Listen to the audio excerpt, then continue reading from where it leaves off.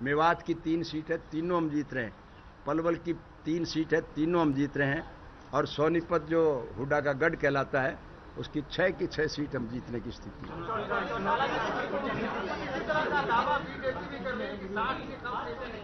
BJP कम से कम एक आदमी तो ऐसा बता दे कि ये 100% जीत रहा है, हम इस पे भी बेट लगाने के लिए तैयार हैं। बीजेपी ये कह दे कि हमारा फलां हल्के से फलां व्यक्ति निश्चित रूप से जीतेगा। जीत के मैंने तो आपके सामने 14 जिले बता दिए, बीजेपी बताए तो सही।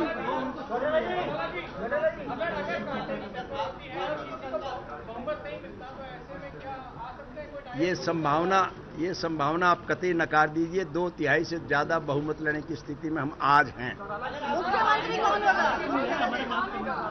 मुख्यमंत्री कौन होगा? डेमोक्रेटिक सेटअप में, प्रजातांत्रिक प्रणाली में जनता जनार्दन के मताधिकार से चुने गए मतदाता अपना नेता का चयन करते हैं। हमारी पार्टी के जो विधायक चुन करके जाएंगे वो अपने नेता का चयन करेंगे और वही पार्टी का प्रदेश का मुख्यमंत्री बनेगा। मोदी ने आज रैली में कहा है कि हरियाणा में सिर्फ परिवारों का ही राज रहा है, इस बार बदलाव होगा, क्या कहेंगे? मोदी जी ये बात आज ही नहीं कह रहे हैं, पहले भी कह रहे हैं। और मोदी जी ये भी कहते हैं कि ये तो बेटों को अलावा किसी की सोचते ही नहीं है, परिवारवाद पे चलते हैं। उन्हें हमारे हरियाणा की संस्कृति का ज्ञान नहीं। हमारी सभ्यता और संस्कृति में माँ बाप के बैठे हुए पुत्रों को अवसर नहीं मिलता है, वही मालिक होते हैं और उसके बाद उनको चार्ज मिलता है। जेल जाने के बाद आपके प्रति एक सहानुभूति की लहर जाएगी, क्या आपको ये जेल जाना फायदे का सौदा लग रहा है अभी? मुझे जेल जाने से डर नहीं लगता है। मैं आपकी जानकारी के लिए एक बात बता दूं, थोड़ा समय तो आपका लगेगा। मैं जिस दिन पैदा हुआ था उस दिन मेरे पिता चौधरी देवीलाल जी लाहौर की जेल में कैदी थे। मेरा जन्म जो था वो मेरे ननिहाल में हुआ था और भगवान कृष्ण का जन्म भी उनके मामा की जेल के अंदर हुआ था, कंस की जेल में हुआ। मैं मजदूरों के लिए भी जेल में गया हूँ। मुझे ये कहने में बड़ा गर्व और फख्र महसूस होता है कि पत्रकारों के, लोगों के हितों की रक्षार्थ मेरे पूज्य पिता चौधरी देवीलाल जी मुख्यमंत्री के तौर पर आपके प्रदर्शन की अगुवाई कर रहे थे कि नहीं कर रहे थे। मैं भी उनके साथ था। शिक्षकों के आंदोलन में मैं शिक्षकों के लिए भी जेल में गया हूं। और किसान के गेहूं का भाव जब 76 रुपये प्रति क्विंटल था, हमने आंदोलन करके 55 दिन जेल में भी गए थे और सरकार को मजबूर कर दिया था 126 रुपये क्विंटल गेहूं का भाव मुकर किया था। मैं इमरजेंसी में भी 19 महीने लगातार जेल में था। मैं भी जेल में था, मेरे पिताजी भी जेल में थे, मेरा छोटा भाई भी जेल में था। और अब के संघर्ष में इन्होंने जब हमें कुचलने का प्रयास किया तो हमने चौथी पीढ़ी को फिर तैयार कर दिया कि शायद 3 से काम इनका ना चले तो चौथी भी जेल में जाने के लिए तैयार है। हमें जेल से डर नहीं लगता। हम असूल और अधिकारों के लिए लड़ाई लड़ते हैं और आजीवन लड़ते रहेंगे। दोष मेरा एक बताया गया है कि मैंने 3206 बच्चों को नौकरी देने का काम किया। अगर 3206 लोगों के घर में चूल्हा चसाने के लिए मैं अगर दोषी हूं तो इस प्रकार का दोष ओम प्रकाश सारी उम्र करेगा, चाहे मुझे फांसी टूटना पड़े।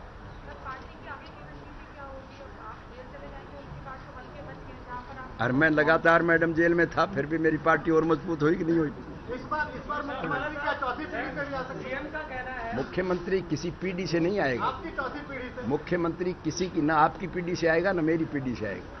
मुख्यमंत्री जनता जनार्दन के चुने हुए प्रतिनिधियों में से चुना जाएगा। सीएम साहब का कहना है कि जेल से शपथ लेने वाली बात थी सर, चिराग जलाए नहीं, बल्कि जिनको नौकरी नहीं मिलनी थी वो बुझाए हैं, और अगर नौकरी देने से जेल होती तो मुझे फांसी होती। कौन कहते हैं? सीएम साहब का कहना है।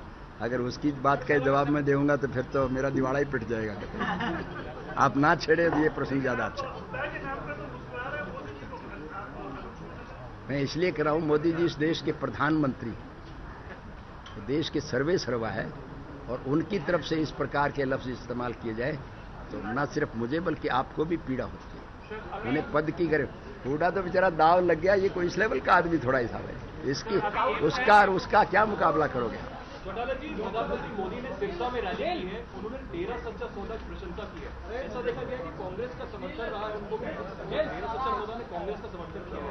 क्या वो उनको अपनी तरफ खींच रहे हैं? आपको क्या लगता है? आप ये कुछ करते हैं? हम सामंतशाही युग के लोग नहीं हैं। हम जनता जनार्दन के विश्वास, सहयोग और समर्थन से ही सब कुछ अर्जित करना चाहते हैं। इस देश में 18 वर्ष की आयु का हर बालिग जो है वो इस देश का सर्वे सर्वा है। हम उसका मन जीतने के पक्षधर हैं। हम इन डेरों के चक्कर में नहीं पड़ते। अगर इस चक्कर में पड़ेंगे तो बहुत लंबी बात चलनी शुरू हो जाएगी। आप अभी हॉस्पिटल में जाएंगे या जेल में जाएंगे अभी सीधा? अभी मैडम जेल में जाऊंगा। मैं बीमार हूं तो जेल वाले शायद मुझे सीधा अस्पताल में भेजेंगे। मैं बुखार में हूं इस वक्त।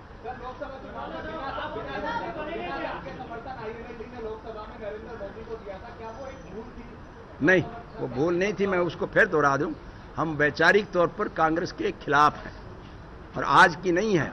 अटल बिहारी वाजपेयी जी जब प्रधानमंत्री बने थे तो हमारे ही 4 वोटों से बने थे और उस वक्त हरियाणा प्रदेश में बीजेपी और कांग्रेस पार्टी मिलकर सरकार चला रही थी और लगातार चौधरी बंसीलाल के साथ मिलकर वो सरकार चला रहे थे और उस हालत में भी वो सरकार चला रहे थे जब हम केंद्र में उनका समर्थन कर रहे थे। अटल जी ने हमें कई मर्तबा कहा कि कैबिनेट में कोई बर्थ ले ले। हमने कहा कि नहीं, हमें बर्थ नहीं चाहिए।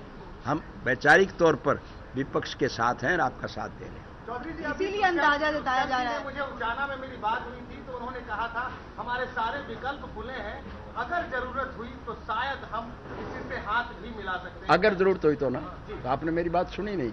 अगर हम जरूरत पड़ गई, हम 2/3 से भी ज्यादा बहुमत लेने की स्थिति में आज हैं। हम आपकी बात मानते, लेकिन ये भी मान लेते अगर जरूरत पड़े। हमारी डिक्शनरी में लेकिन लफ्ज नहीं है। अगर आप सत्ता पक्ष में आते हैं तो क्या रॉबर्ट वाड्रा के खिलाफ इंक्वायरी कराएंगे? ये सबसे पहले, आपको शायद ज्ञान नहीं हो, सबसे पहले वाड्रा के खिलाफ मैंने ही इल्जाम लगाए थे। सबसे पहले इल्जाम लगाने वाला मैं ही व्यक्ति था और वो सबूत के साथ थे और वो इल्जाम चार्जशीट की शक्ल में हमने राष्ट्रपति को भी भेजे हुए हैं। अब तो इंक्वायरी होनी ही होनी है, निश्चित रूप से होगी। सरकार आई सर, सरकार आई तो सरकार आपके द्वारा सरकार आ गई, सरकार आपके द्वारा जैसे कार्यक्रम जनहित की ओर चलाएंगे सर? निश्चित रूप से चलाएंगे। हम जनता से जुड़े हुए लोग हैं, जनता के हितों के रक्षार्थ हम सब कुछ करेंगे। चौटाला साहब, जहाँ नहीं जा पाए जैसे चरखीदार की सीट पाटीदार और वहाँ 2-2 हजार के बीच मार्जिन में वो सीट फंसी है, आप आज वहाँ नहीं जा पाए, आगे नहीं जा पाएंगे, फर्क पड़ेगा? मैं नहीं गया हूं तो मेरी पार्टी के दूसरे लोग गए होंगे। सभा जो तय की है उस सभा में गए हैं। कोई जरूरी नहीं है कि नरेंद्र मोदी की तरह मैं सब जगह जा पाऊं। अभी तबीयत कैसी है? अभी हेल्थ कैसी है? मेरी तबीयत तो आपको वैसे अंदाजा हो जाना चाहिए। मुझे थोड़ा सा बुखार भी है, खांसी भी आ रही है, तकलीफ में तो मैं हूं, इसलिए नहीं हूं कि जेल जाने से डर रहा हूं। लेकिन सरेंडर न करना होता तो रैली संबोधित करते हैं, अस्पताल जाते हैं? नहीं, अगर कोर्ट ये आदेश ना देती तो निश्चित रूप से मैं रैलियों का एड्रेस करता। मैंने किया भी था पहले, मेरे पे कोई बंदिश नहीं थी। कोर्ट के फैसले में कहीं मेरे पे ये पाबंदी नहीं थी कि मैं किसी रैली को एड्रेस ना करूं। सर, लेकिन कल कोर्ट ने कहा कि दुख है उनको और डिसअपॉइंटमेंट भी है कि आपने काफी सारे जो लॉज थे उनको नजरअंदाज करते हुए पब्लिक मीटिंग्स को एड्रेस किया। नहीं, हमने कानून की उल्लंघना नहीं करते, हम कानून के पालन करने वाले हैं। हम अदालत का एहतराम करते हैं, हम संविधान के मुताबिक चलने वाले हैं।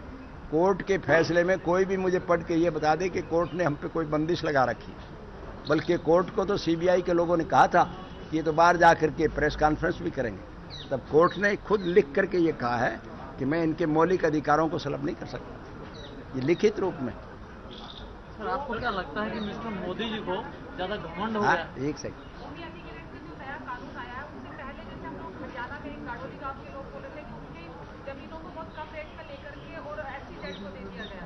अगर आपकी सरकार आती है तो जो जमीन से जुड़े होंगे उसको आप उठाएंगे? शायद आपको ध्यान नहीं मैडम, जो जमीनें सरकार ने उनको दी थी उस जमीनों पर अभी वो जमीनों के मालिक काबज हैं और हमारी सरकार आने के बाद उनकी सारी जमीनें उनको वापस दिलाई जाएंगी। सर, आपको क्या लगता है कि मोदी जी जो है बहुत घमंड में आ गए हैं? महाराष्ट्र में उन्होंने MNS को शिवसेना को छोड़ दिया, किनारा कर दिया, आपके साथ उन्होंने बदतमीजी शुरू कर दी। क्या आपको लग रहा है वो ज्यादा पावर का जो है वो नशा चढ़ गया है? अब ये तो आप उनसे पूछोगे तो ज्यादा बेहतर जवाब मिलेगा।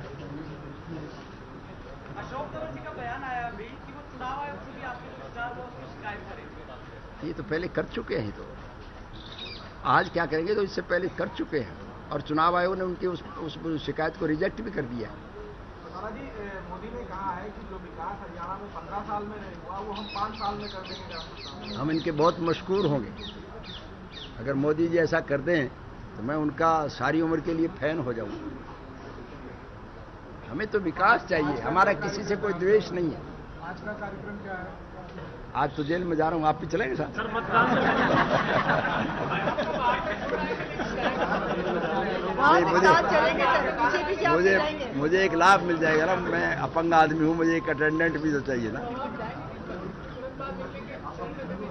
वैसे आज की तारीख में पहुंचना है मुझे, और हमारे देश के संविधान के मुताबिक तारीख शायद रात के 12 बजे बदलती है। मुख्यमंत्री का नाम आप नहीं बता रहे और गठबंधन के बारे में भी आप कह रहे हैं कि जोड़ दिया गया, लेकिन मुख्यमंत्री कौन होगा ये आप नहीं बता रहे हो कि अगर आपकी पार्टी। ये मैं बता ही नहीं सकता, ये कोई भी नहीं, ऐसी कोई अड़चन नहीं है मेरे ख्याल में। देखो, भारतवर्ष के संविधान के मुताबिक बगैर एमएलए और एमपी के भी सीएम और पीएम बन सकते हैं। ऐसी मिसाल हमारे प्रदेश में भी है। मेरे पिताजी ने अवतार सिंह बढ़ाणा को बिना एमएलए के भी 6 महीने तक मंत्री परिषद में रखा था। वैसे चौटाला जी 2003 में सुप्रीम कोर्ट ने जयललिता को किसी आधार पर नहीं बनने दिया था, जब आप एमएलए नहीं बन सकते तो मुख्यमंत्री नहीं। आपके वकील ये बात बता, लेकिन आप कन्विक्शन हो चुका है आपका, उसके बाद भी आप मुख्यमंत्री। अभी तक मेरा मामला अदालत के विचाराधीन, फैसला रिजर्व है। मैं अदालत के फैसले का एहतराम करूंगा। अगर अदालत मुझे उस कानून के तहत ज़्यादा लंबी सजा देगी तो मैं चुनाव नहीं लड़ पाऊंगा, और मैं जब चुनाव नहीं लड़ पाऊंगा तो फिर मुख्यमंत्री का प्रश्न ही कहाँ पैदा होता है। चौटाला जी, अच्छा सर, आप मेरा प्रश्न, आप देश के बहुत बड़े लीडर हैं, एक पार्टी के नेता है, अभी आप जेल चले जाएंगे, पता नहीं आप कब आएंगे, कब प्रेस कॉन्फ्रेंस होगी, तो मोदी जी 3 महीने 4 महीने से कार्य कर रहे हैं, उससे आपकी क्या है? मोदी जी जो 4 महीने से देश चला रहे हैं, जो घोषणाएं कर रहे हैं या जो काम कर रहे हैं, उससे आपकी क्या प्रतिक्रिया है पूरे भारत के बारे में? मोदी जी के प्रधानमंत्री बनने के बाद अब पता नहीं इन्होंने क्या सोच के निर्णय लिया, ये तो मैं नहीं जानता, लेकिन आज तक की परंपरा यही रही है कि किसी भी स्टेट के जब चुनाव घोषित होते हैं तो देश के सारे बाई इलेक्शन उसके साथ कराए जाते हैं। इन्होंने अलग से उत्तराखंड के चुनाव कराए, और तीनों की तीनों सीट जो बीजेपी की थी वो कांग्रेस में चली गई। फिर शायद उन्होंने ये सोच करके कि अब इसको कोई और ज़्यादा फायदा उठा सके, उन्होंने बिहार और मध्य प्रदेश के चुनाव कराए, उनमें भी उनका दिवाड़ा पिट गया। फिर शायद इन्होंने सोचा कि उत्तर प्रदेश और राजस्थान में अच्छे रिजल्ट आ सकते हैं, इसलिए फिर उन्होंने वहाँ करवाया, और वहाँ की हालत आपने देख ही ली जो हुई है। तो अब तो ले दे के इनके पास महाराष्ट्र और गुजरात, अपने हरियाणा बचा है।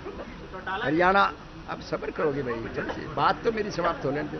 कोई आपको जल्दी है, मुझे जल्दी हो सकती है जेल में जाना, आपने कहाँ जाना है? तो इसलिए अब उनके सामने विकल्प तो केवल हरियाणा ही है।